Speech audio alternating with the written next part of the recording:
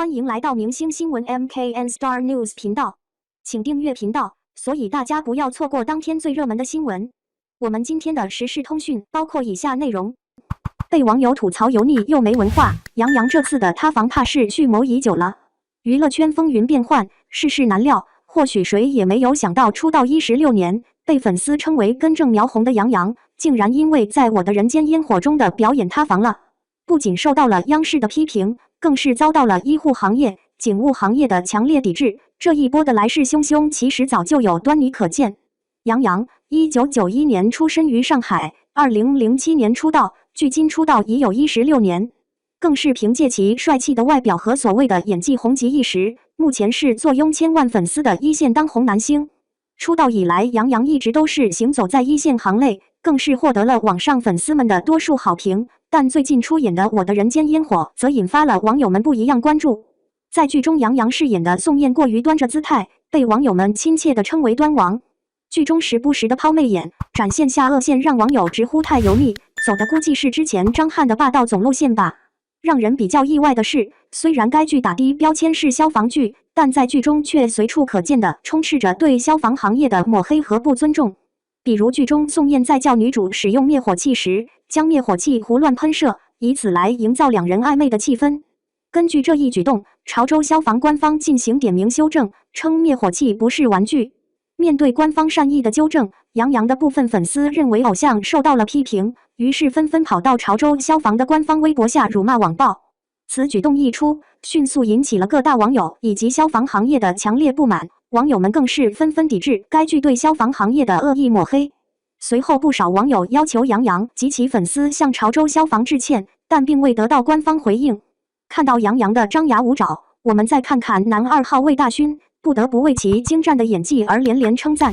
身为男2的魏大勋，自始至终都将自己融入到了角色中，为了深入挖掘角色内心的世界，他更是做了大量的准备工作。所以在大众面前，他淋漓尽致地表现了一个鲜活的角色，将男2孟宴臣那隐忍克制的情绪拿捏得十分到位，让人直呼印象深刻。一时间，魏大勋的务实和精湛与杨洋只顾耍帅、缺乏表演深度和力度、高高在上的姿态形成了强烈的对比。本来只是客串几集的魏大勋，其粉丝更是一夜暴涨，被网友戏称带好演技准备升咖吧。而饰演男1号的杨洋则遭遇了滑铁卢，一时间更是墙倒众人推。大家一边诧异一边直呼天哪，他怎么可以油成这样？随后不少人更是站出来见怪不怪道，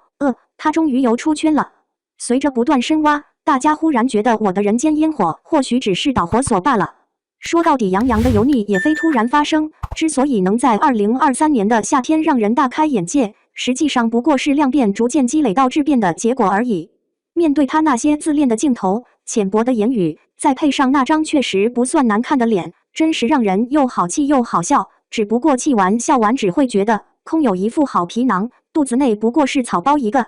玩游戏失败了还要硬凹造型再发言，拍戏还要打破第4面墙对着镜头耍个帅，该发表对角色看法的时候半天憋出一个词火火。真不知道这词是体育老师教的还是人家自创的。有人说是因为杨洋低学历和没文化，但这真的就是原罪吗？就像年初王一博们被嘲讽也是这个原因，但凡杨洋出洋相，拿不出手的文化水平便被提上了日程。什么演技差是因为没文化，什么油腻举动也是因为没文化，什么啥也说不出更是因为没文化，好像这个理由成了万金油般的背锅侠。但不可否认的是，杨洋是既油腻还没文化般的存在。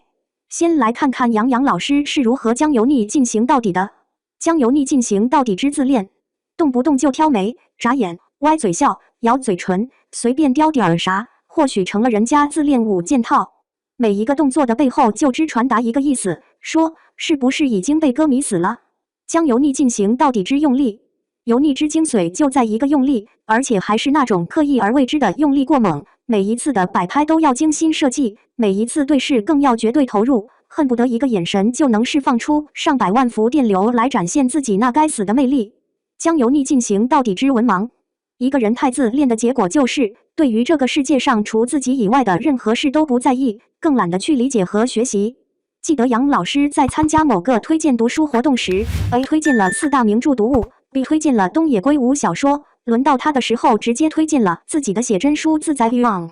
那一瞬间，人家真的是丝毫不觉得自己的美照合集和那些流传千古的小说放在一起有何不妥，甚至还有几分洋洋得意之感。说实在的，杨洋的这个油腻，让人整个看下来后就一个感受：没有超强的信念感和耐磨的厚脸皮，还真不是一般人能够玩得这么溜的。大家之所以如此反感和抵触他，无非还是因为其油腻到了极限。他的油腻实际上是一种圈地自嗨、忘乎所以，是唯我独尊的狭隘，以及原地打转的停滞不前。出道10几年，心里永远只装着我最美而无其他，导致他永远只能停留在这个阶段，而在无心的长进。实际上，杨洋的这种姿态，导致他再也看不到世界更多的参差，对外界的真实反馈更是反应迟钝。诚然，杨洋的外貌功不可没，帅气的脸庞和挺拔的身姿都是他的优点，本来这些外在的因素是他的武器和点缀，可10几年他却让自己变成了他的包袱。于是乎，每时每刻，每个举手投足之间，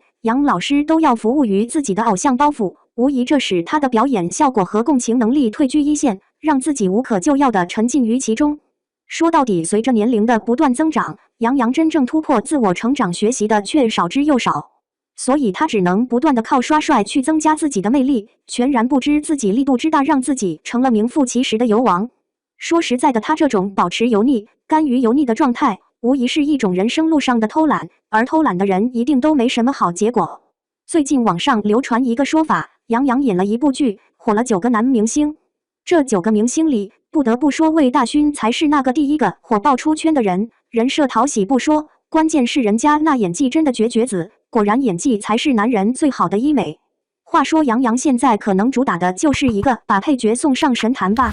之前张翰的油腻大家还是有目共睹的，一转眼新的油王闪亮登场，老油王翻红这事儿也是时有发生的。黄晓明火的可不也就是这个理儿吗？自己被大家嘲了那么多年的油腻，自己怎么也丢不掉。杨洋这么一来，小明算是成功去油成功，而杨洋也只能躲在角落暗自落泪了。不过有一说一，是骡子是马拉出来转转总是可以的。